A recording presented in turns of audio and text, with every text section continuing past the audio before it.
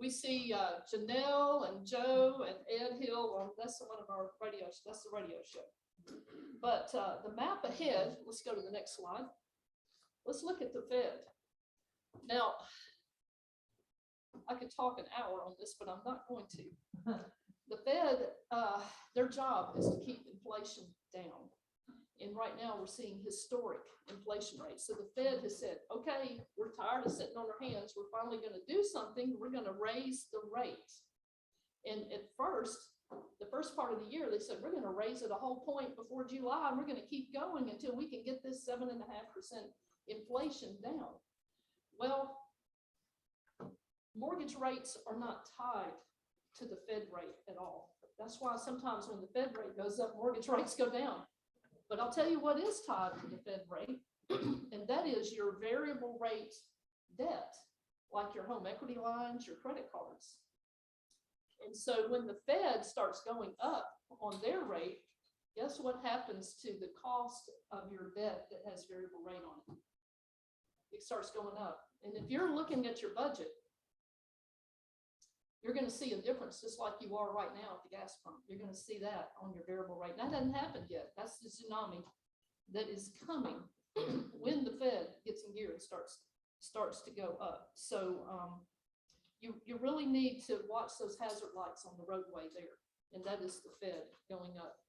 Inflation is another one. Now, inflation is the highest we've seen it, of course, since 1982, and we've that is what's driving mortgage rates up. We've seen mortgage rates go up over a point year over year, and they are anticipated to continue to go up as long as inflation goes up. What is inflation? Inflation is when there's too much money out there chasing too few goods, and that causes the price, supply and demand, to go up. And when inflation is continuing to go up, you're going to continue to pay more for your groceries. You're going to pay more for a whole lot of things, not just oil, not just gas. So right now, it looks like the Fed has decided they're going to let inflation run hot. They're going to let those engines run hot. So I'd like to show you on this map. We're looking at the map again. We're looking at what the Fed's going to do. They're going to go up on their rate, not as fast as they said, since we've gotten into this war is going on, but they are going to go up. But as long as they don't go up quickly, this inflation goes unabated, and so your buying power goes down. And if they're going to let it run hot, your mortgage rates are going to go up too. So I'm not trying to do a hard sell for you on a mortgage or anything, but if you're going to do something, you need to get up and do it. If these maps, if these trajectories remain like they are today. Let's go to the next slide. Real estate values. What's going to happen? You know, we've heard the henny pennies out there going, we're in a housing bubble. Let me tell y'all, we are not in a housing bubble. Not anywhere, not anyhow. We're not in a housing bubble right now. We have so much demand, and even with the rates going a little over 4% on a 30-year, we've got a lot of millennials, which are leading the pack right now for home ownership, that are backed up on the ramps, waiting to get on to the interstate to buy their home. And we've got Generation Z, which is behind the millennials, also on the back ramps, wanting to get on. Now, I know the argument is if rates continue to go up and the prices of houses continue to go up, eventually some of these people are going to turn around and, you know, jump the median and go back and say, hey, we'll wait for another day. And that will happen. But there is so many people who are emerging households that need housing. And let me tell you one thing. In 2020, the reason we had such a push for home ownership was because the rates were like in the twos back then, right? But now you've got renters running. Renters are running. In Memphis, Tennessee, year over year, rents went up average 13%. They're projected to go up that much or more this coming year. And in parts of Memphis, I kid you not, we had rents going up 29%. At some point, it becomes unsustainable if your wages aren't meeting that. But right now, that is where we are, guys, and that's where we are going. And so renters are tired of that yearly knock on the door when their rent goes up because that is becoming more and more of a budget buster. That is driving the housing market as well. Historically, looking back in 1980, 82, the people who had the best hedge of protection against inflation were homeowners. Because as the cost of goods and the cost of everything started going up, guess what happened to their home values? Increase. They started increasing too. Now, we had a recession when Volcker came in and started, hiking the rate. And I predict, I may be wrong, y'all have your own opinion, I predict we're going to see another recession too once they start hiking. But the people hedged very well when they owned their own house and were not renting. The other people were the same folks. They owned a house and they had a fixed rate mortgage because the principal and interest portion of their payment stayed the same as rents were going up. People who did really well were investors because their principal and interest payment, if they had a fixed rate, was the same as the rent went up. Guess where their profits were? Homeowners had a hedge because when everybody else's housing expense was going up, they had a little extra money to go buy some groceries, go out to eat, go hear what's the name of your band? Tomatoes. Homegrown Tomatoes. Absolutely. So I just want to point that out, that is where your hedges of protection are and still are today where we are. I want to tell a story real quick. Which road should we take? Sorry, all right. Okay, let's go to Rochelle. Not her real name, of course. But Rochelle, she had a dream. She always knew that she needed to buy a house, but she rented. And her story was she was on into her 40s before she ever came darkened the door of my office. And she said, Joe, I want to buy a house. I've always wanted to buy a house, and I've just been renting because life is hectic. And I got things going on and there's never enough money, and I still don't have enough money to buy a house. But there's just something that is nagging at me. I need to buy a house and start investing in myself so I'll have something one day. And so we ended up getting Rochelle down payment assistance, really great deal. And she got a special loan that had low interest rate, lower than market interest rate, so she could afford the payment. Now this lady, we worked with credit a little bit, and she wanted to stay on her budget. She was not going to go over her comfort level. Good for Rochelle. But somebody like Rochelle today, if they buy a house, they've immediately produced one hedge of protection. She had a fixed rate loan hedge of protection.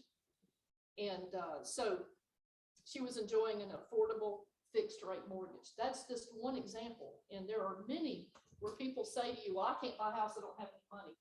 We have ways of going treasure hunting. We can find money. And also people say, well, I don't have enough income because I'm self-employed.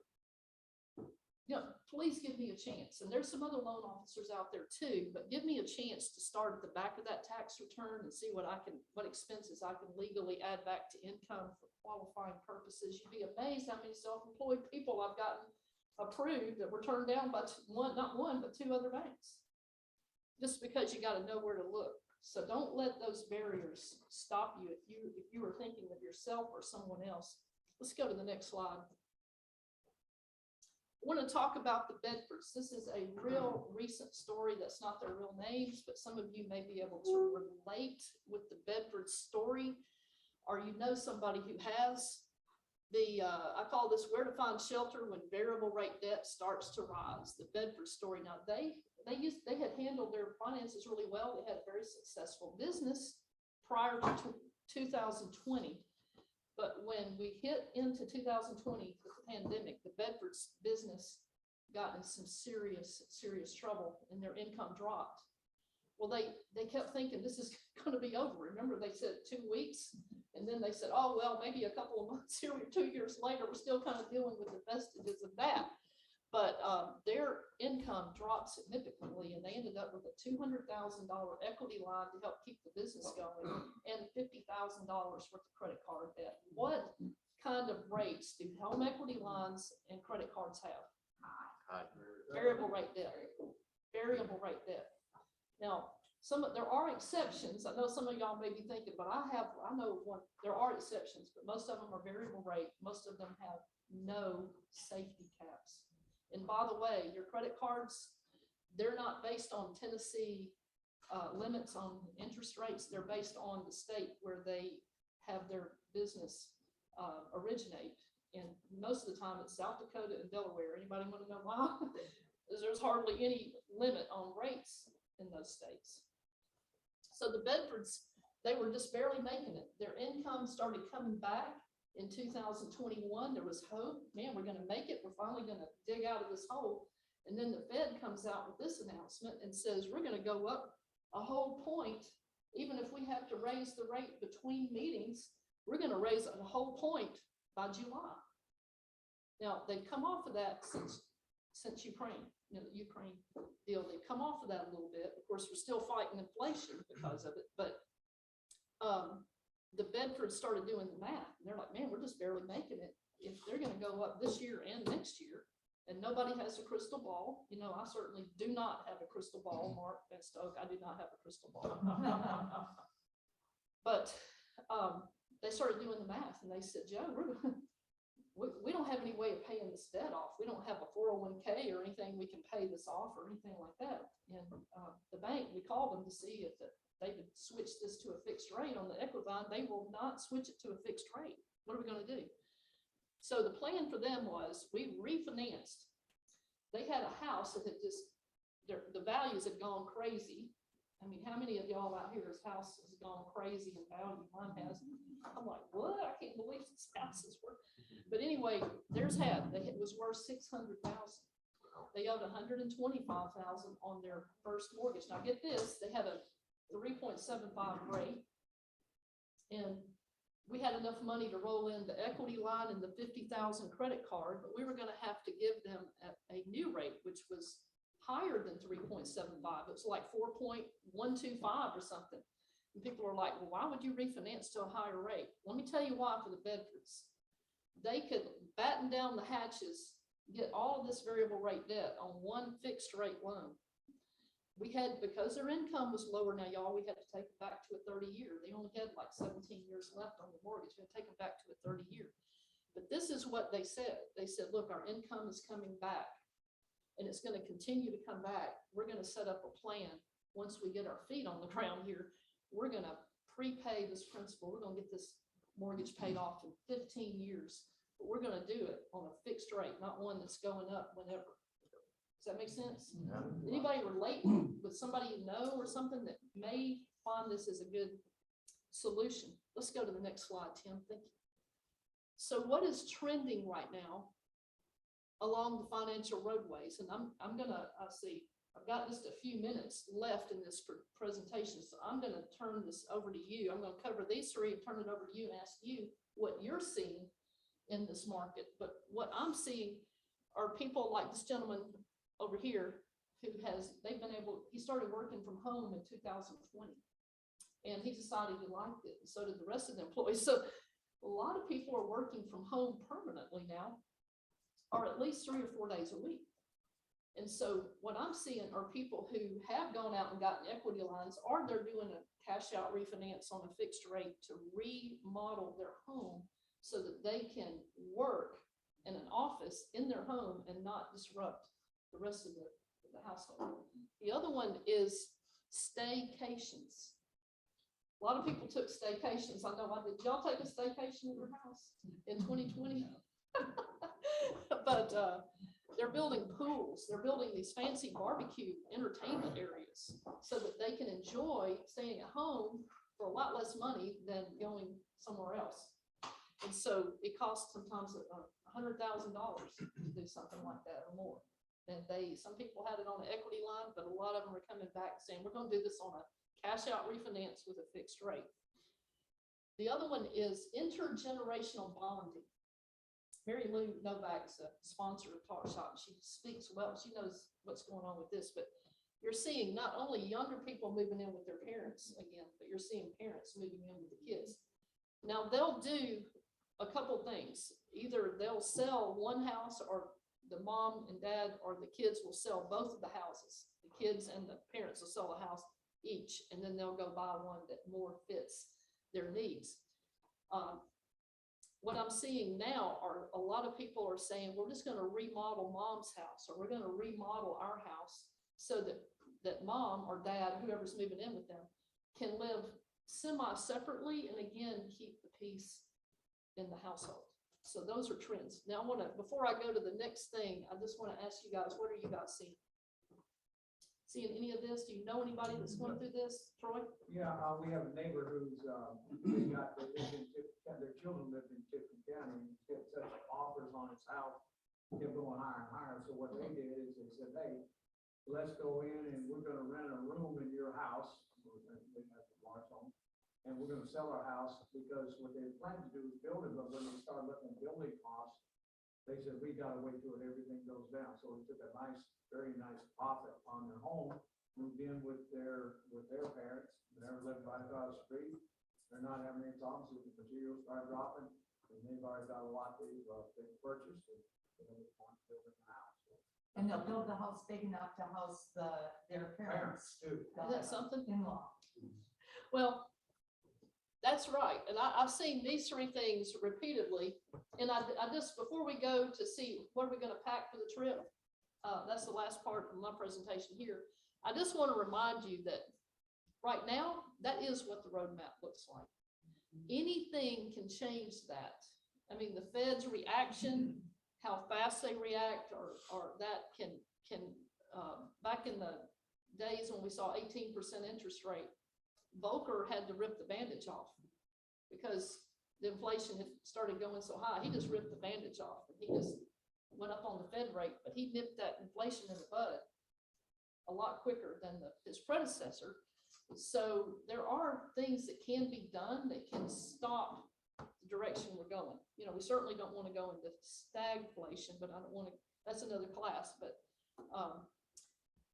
anyway, I don't want to be an alarmist, but I'm saying what I'm seeing, and I'm telling you what I'm seeing at the desk, and that are people. Yes, ma'am, did you have something? Something else I'm seeing, I was just thinking about that, is, and it's a good time to do that as well in your business, or for others that have a variable rate, if they're going to plan on, which they should get a fixed rate, but if they're doing that and they're tired of working at home, or tired of being at home because they're working from home, and they're tired of not traveling, I'm also seeing a lot of people refinance. I've talked to some people, and they pulled an extra 10, 20, 30,000 out to take that bucket list trip because they're worried that they may not ever get to do it.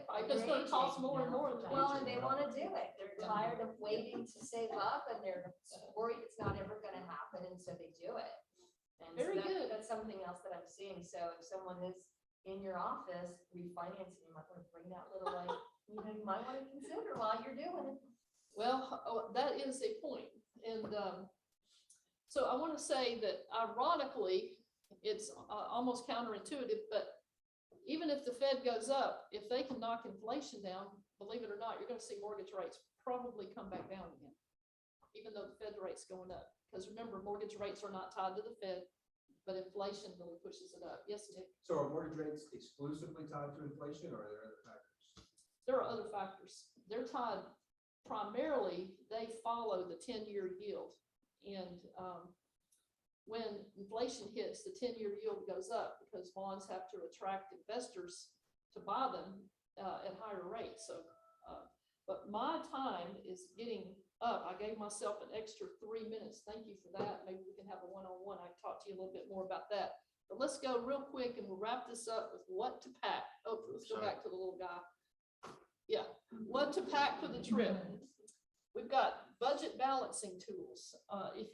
If you want one, I can send it to you. It's a simple Excel. It's nothing fancy. It helps you to chart out the last 3 to 6 months of what's going on with your credit cards and your bank statements. You have it's going to take you all afternoon, but it is worth it. And you are going to be shocked if you do it. I've done it. I've done it last year. I've done it this year. Every year I am shocked at what I'm spending. But you write everything down on the chart and you move the dollar amounts out to like utilities, house payment, cable, internet, insurance. You know, and then when you get done going through 3 to 6 months, I've never known anybody that can do 12 months in a day. That's why I say 3 to 6 months. And then add in some stuff that you pay once or twice a year. You're gonna get a very good idea of where your money's going. And then this particular tool, it has some methods that you can use once you've charted where your position. Mark, we're sailing here. Once you've charted your position, now we've got to figure out how we're gonna tack to get to where we're going, right? He sails, and I love to sail, but I'm not the professional that Mark Metstoke is at sailing. But let's talk about sailing for a second with this balancing tool. Once you know where you are and where you want to go, then there are there's 5 things that we tell you how to do, and we let you do it. But number 1 is you go through that list and see what you're spending too much on, and you ask yourself, where can I go to buy this particular product at a bargain? And we give you examples. Where can I go barter this? What do I have that I can barter with somebody else? So I can still get the same quality of life. I can still get my product and my service, but I don't have to pay money for it. The other one is substitute. What can I substitute for this activity or this product that I can still get the benefit and the joy, but I don't have to pay as much? And the other one is share. Like sharing Hulu accounts with people. You don't even have to live in the house with them. I mean, I'm seeing this a lot now. It's half the price, right? And the last one is, how can I create an additional income source? So let's go to the next slide, and I'm wrapping up here. There you go. Everything I just said right here. And this is perfect time for me to tell you, and I'm not trying to sell you my book. If you want to get the budget balance tool, I'm happy to help you. I won't charge you anything. I will give it to you. But a lot of this stuff is in this book about choosing the best mortgage, the quickest way to the life you want. And it is a mortgage guide for professionals. But we have stories all through here of people who had big dreams like we all do, and they had big barriers. And by their own ingenuity and just the right mortgage product, they were able to get to the life they wanted. So it's easy to read, even if you're not in the mortgage business or a realtor. So I want to invite you to do that. Let's go to the next slide. And the other thing that you want to take with you on your trip is qualified professionals. Consult with a reputable certified financial advisor and an experienced realtor if you're going to buy a home or sell a home. Right, Pat Goldstein? And if you are getting a mortgage to purchase a home or refinance, choose a reputable, experienced mortgage officer. Next, I'd like to sign up for the job.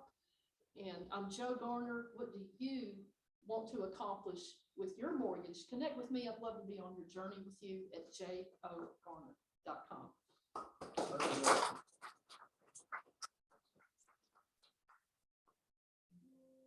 Well, this is, I thought, been a wonderful class. You know, it reminded me of taking my economics class at the University of Washington in Seattle.